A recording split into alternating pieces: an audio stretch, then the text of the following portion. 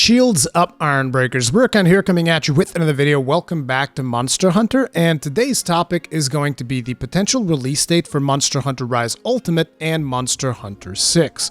Now, naturally, I don't really know if the G-Rank expansion for Monster Hunter Rise is going to be called Monster Hunter Rise Ultimate. For all I know, Capcom could be calling it something completely different.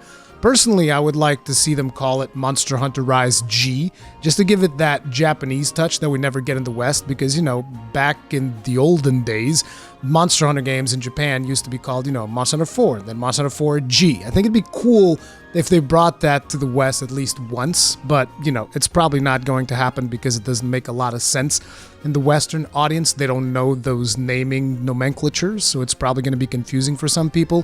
So whatever they end up calling it, I think that by referring to it as Monster Hunter Rise Ultimate, most people are going to understand what I'm talking about. And naturally, Monster Hunter 6, I highly doubt it will be called Monster Hunter 6. They're probably going to have some other subtitle to it that I just don't know what that is going to be, but obviously Monster Hunter 6 is meant to represent whatever they end up calling the first game in the next generation of Monster Hunter games. Some of you might be wondering when I say the words next generation if I'm referring to like the next generation of consoles, PlayStation 5, Xbox Series X, and not really. I'm talking about the next generation of Monster Hunter games, regardless of what platform they happen to be in, because Monster Hunter games are very much separated by generations, and these generations are not necessarily linked to any given platform. We'll be talking more about the concept of generations of Monster Hunter games, as well as the timing in between G-Rank expansions, the duration of each generation of Monster Hunter games, in order to try and extrapolate data that could help us calculate a potential reasonable release date for Rise Ultimate and Monster Hunter 6. But before we begin, it is important to mention that this is all speculation, okay? I don't have any kind of insider information. I'm just going to be looking at their history of releases and trying to use that data to calculate a reasonable release date for these games, which are most likely upcoming. They're not even confirmed, but like, I think most of the community is aware that these games are probably going to be coming. I actually did this as an exercise on a more superficial level yesterday on my Twitch live stream by just using the dates of like Monster Hunter World and Iceborne to try and calculate when Rise Ultimate was coming out. But today, we're going to dive in deeper. We're going to go all the way back to the very first Monster Hunter on the PlayStation 2, which actually came out like 17 years ago, okay? We're going to be using the data from all the releases since then to try and reach, you know, something that is reasonable, maybe even likely, but definitely not confirmed. But if it is confirmed, though, I'm going to be calling it out, and I'm going to be, you know, saying, I predicted this all over the internet. But anyway, let's get started. So the very first Monster Hunter came out, like I said, 17 years ago. I'm not going to be giving you release dates to all of the Monster Hunter games. I do have them, but I don't think they're particularly relevant. The importance here is how long did they take in between games, and how long did they take in between generations, and how long did they take in between G-Rank expansions, which is just not the games themselves, but the G-Rank expansions. So let's start by looking at the very first generation of Monster Hunter games constituted by Monster Hunter, Monster Hunter G, and Monster Hunter Portable.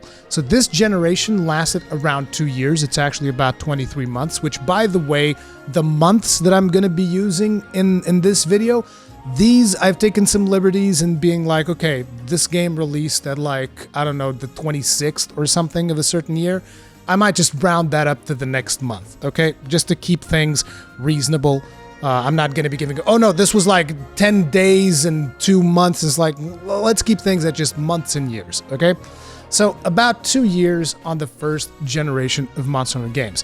And in between this generation, it took them 10 months between Monster Hunter and Monster Hunter G. Now on the second generation of Monster Hunter games, you're looking at a little bit more. You're looking at 30 months for the 3 games that constituted the second generation. Those games are Monster Hunter DOS, Monster Hunter Portable 2, and Monster Hunter Portable 2G. So DOS, as far as I'm aware, does not actually have a G rank. I must admit I didn't look too deeply into that, but I know that DOS is like a little bit weird when it comes to Monster Hunter games. You guys can watch like the super rad documentaries if you're really curious about Monster Hunter Dose, because it's got some pretty unique stuff that he talks about there. I remember seeing those videos, but I don't remember everything that he talks about them. But yeah, it's very interesting. Monster Hunter Dose is very interesting in terms of what it does for the Monster Hunter franchise. But anyways, the two games that we have that do have a G rank is Monster Hunter Portable 2 and Portable 2 G, and it took them 13 months from Portable 2 to Portable 2 G, so 13 months until the next G rank for a generation that lasted 2.5 years, 30 months. Now, the third generation is a bit of a weird one, and I've heard from Gaijin that there was some stuff going on while they were developing this, because they developed Monster Hunter Tri, and they didn't mean to necessarily do a 3G or something. Then they did Portable Third, and then eventually they did a 3G that had just like a redonkulous amount of content that was actually supposed to be a remaster or whatever. But basically that messed with their usual release window, which is why when I go to calculate the averages, I'm going to tell you that I'm not including the third generation in some of these averages, because of the fact that it actually messes with the averages a little bit too much, because it took them 28 months between Monster Hunter 3 and Monster Hunter 3G. And this generation lasted for 49 months, which is 4 years and a month. So let's just round it down to 4 years. And as you can see, things are increasing. So the first generation lasted for about 2 years, second generation 2.5 years, third generation 4 years. Okay, so these are increasing. Now, when we get to the fourth generation, which was constituted by Monster Hunter 4, Monster Hunter 4G, Monster Hunter Cross, and Monster Hunter Double Cross. And by the way, in these calculations, I'm only including the Japanese versions of Monster Hunter, because once we got to Monster Hunter World, you're talking about international development for all future Monster Hunter games. At least that's what I would expect. And the way that they released Monster Hunter games in the West is a little bit erratic to add that into our calculation. So we're just using Japanese games when it comes to the old ones to calculate the release cycles and all of that stuff. Because also you got to assume that at this point, Capcom has probably expanded their team significantly when it comes to the development of Monster Hunter games, right? Since these old games. But anyways, so this particular generation lasted for 52 months. So that is 4 years and change, 4 years and 4 months. So as you can see, once again, still increasing a little bit. And in between Monster Hunter 4 and Monster Hunter 4G, it took them 13 months to develop that particular G rank. And in between Monster Hunter Cross and Monster Hunter Double Cross, it was 16 months. And I believe that Cross was also one of those games that they did not have a plan to develop a G rank. But still, 16 months seems somewhat reasonable given, you know, the usual numbers that we get for months in between the G-Rank expansions. But yeah, that was Generation 4. And then we take a look at Generation 5, which includes Monster Hunter World, Monster Hunter World Iceborne, and Monster Hunter Rise up until this point. And we're assuming it will include Monster Hunter Rise Ultimate as well, because Generation 5 is the one that we're in right now. And in between Monster Hunter World and Monster Hunter World Iceborne, it was 20 months of development time. So if you take all of these numbers, and by the way, Generation 5 is going to be 4 years old at the end of January next year. So if you take into consideration that like Gen 3 was 4 years, Gen 4 was 4 years and change, you would assume that somewhere around 2022 is when we could be expecting Generation 6, but I don't think that is going to be the case. I think you're going to have to wait a little bit more for the 6th generation of Monster Hunter games, because before we get Monster Hunter 6, we're probably going to be getting Rise Ultimate, and then they're probably going to give us, I don't know, a year and change before they release anything else, because they're probably going to be supporting that with some free content updates and whatnot. So, you know, just keep those things in mind. But anyways, in between all of these things, I went ahead and I calculated the average time between games. So what do I mean by the average time between games? It means whether it is between, you know, a game and its G-Rank expansion, or the G-Rank expansion and a portable version, or a portable version and the G-Rank expansion of a main title. I calculated the time between every single release of a Monster Hunter game with two exceptions, because these two exceptions seem to be a little bit outside the norm. So in order to get a more accurate average, these are like two outliers, which is DOS. DOS had like a 3-month difference between portable and DOS, which is just like, okay, dude, 3 months is just going to completely screw up this average. So I got rid of that. So DOS is not included in this average. And portable third was only 8 months as well. And I was like, that's also going to mess with the average. So I'm trying to get a more accurate average. So I removed those two values. And that gave me an average of 14 months in between each of the Monster Hunter games ever released. Again, removing DOS and portable third. And then looking at the average time between just G-Rank Expansion, so this does not include like any other game that was released in between, but just the G-Ranks expansion, so like Monster Hunter and Monster Hunter G, Monster Hunter Portable 2 and Monster Hunter Portable 2G. The average between those is 14.4. So like average between games is 14.2, average between G-Ranks expansions is 14.4. So the average between all of this gives us 14 months in between each Monster Hunter game.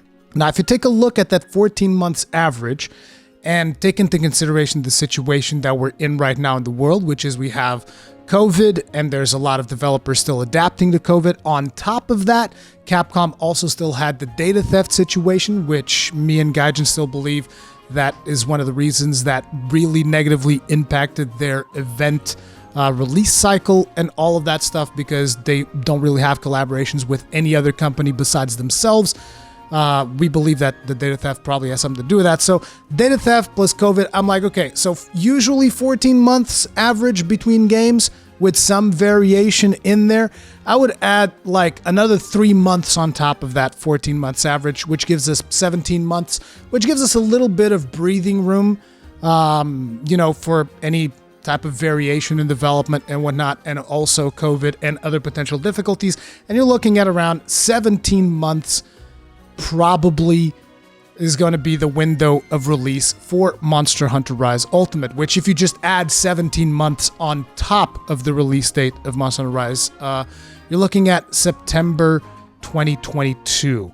Actually, you're looking at August, but like I said, I took some liberties with the months, and considering that the game came out on the 26th of March, I'm just like, okay, let's just call it April 1st and just, take it all the way up to September. So around the September date. So if you then just like give it a little bit of leeway backwards and forwards, I believe that Monster Hunter Rise Ultimate is going to be releasing on Q3 2022, which this is interesting because it actually lines up with a discussion that I had with Gaijin Hunter in the Third Fleet podcast, where we were talking about a potential release window for Monster Hunter Rise Ultimate, and I seem to remember him saying that he believed it was coming around summertime 2022, which actually lines up with Q3 2022. It's just a little bit earlier than the month that I'm kind of like shooting for, which is September 2022, which is very possible. But either way, I believe it is going to be in one of those 3 months, Q3 2022. For this video that don't know, Q3 is July, August, and September. So that's what I would shoot for when it comes to Monster Hunter Rise Ultimate. Then if we take that date and try to go from there to see, okay, so now what about Monster Hunter 6? And I personally believe that the team has been working on Monster Hunter 6 from the moment that they shipped Iceborne. So not even after they did the last DLC of Iceborne, but the moment that Iceborne was done, I believe that the team was already in production of Monster Hunter 6. Hell, maybe even earlier. They might have already been in the planning stages of Monster Hunter 6 after they finished World, but I'm not 100% sure on that. We know that Monster Hunter World took around 4 years to develop, because I believe this was said in one of the interviews that I saw back in the day. I just have that like firmly encased in my mind that like Monster Hunter World took 4 years to develop, right? But I think that with COVID, with the data theft, and all the stuff that Capcom has had to face, that they're probably looking at a bit of an extended timeline when it comes to Monster Hunter 6. And I also believe that Capcom will want to polish up Monster Hunter 6 as much as they possibly can to really once again wow people just like they wowed them with World, which I think is going to be very hard because World was almost a perfect storm scenario where you have the dedicated Monster Hunter player base telling all of their friends about how amazing Monster Hunter is, and most people were aware of Monster Hunter even if they hadn't played it. The reason they hadn't gotten into it could have been because maybe they thought the combat was clunky, maybe because they didn't want it to play it on a 3DS, maybe because they didn't like the loading of the different zones, whatever, right? There were a couple of things that people were just not into when it came to Monster Hunter. And with World, you got beautiful visuals, you got great looking animations, you got fluid combat, which kind of just like strips away all of those barriers and makes a lot of people excited for it. And also due to the fact that it was just like brand new, right? It was this new game and people already had this idea that it was a quality game, and it was presented on the PlayStation E3 press conference. It was just like a big splash. It was like a perfect storm for a lot of people to just get into Monster Hunter. There's a reason why it sold so many copies, right? Now, with Monster Hunter 6, it's not going to have that splash effect that World had of like, because at this point, people know what Monster Hunter is. They've played it, and they're going to be looking for something else, something that has to be special, something that needs to wow them. So Capcom's going to have to come up with some kind of mechanic that is going to wow people into actually wanting to play Monster Hunter 6. At least that's what I think, because I think they're going to be wanting to, you know, one-up themselves in regards to Monster Hunter World. So that is one of the reasons why I think they're not going to be just like, okay, 4 years and done. But even looking at it that way, right? What is 4 years after the release of Iceborne? You're looking at September 2023, which is basically 1 year after Rise Ultimate, which in my opinion, it is too early to release Monster Hunter 6. So my prediction for Monster Hunter 6 actually moves it up significantly to the first quarter of 2024. This gives them additional months to work on Monster Hunter 6 on top of like the COVID stuff that might have happened, on top of them wanting to polish it up even more than Monster Hunter World, which like I said, took around 4 years of development time. I think Q1 2024 is a much more realistic date than, you know, potentially Q4 2023, which would be the earliest that I would even consider for Monster Hunter 6. But again, all of this is speculation on my part. I told you guys the data that I'm basing this speculation on. Do you think that I'm right? Do you think that I'm wrong? Let me know in the comment section down below. Let me know why. If you guys enjoyed this video, hit it up with a like. If you did not enjoy this video, hit it up with a dislike. Feedback is important. Thank you all very much for watching. If you usually enjoy my content, subscribe, bell notification icon, all of that stuff. And I'll see you guys in the next one. Stay strong, stay safe, peace out.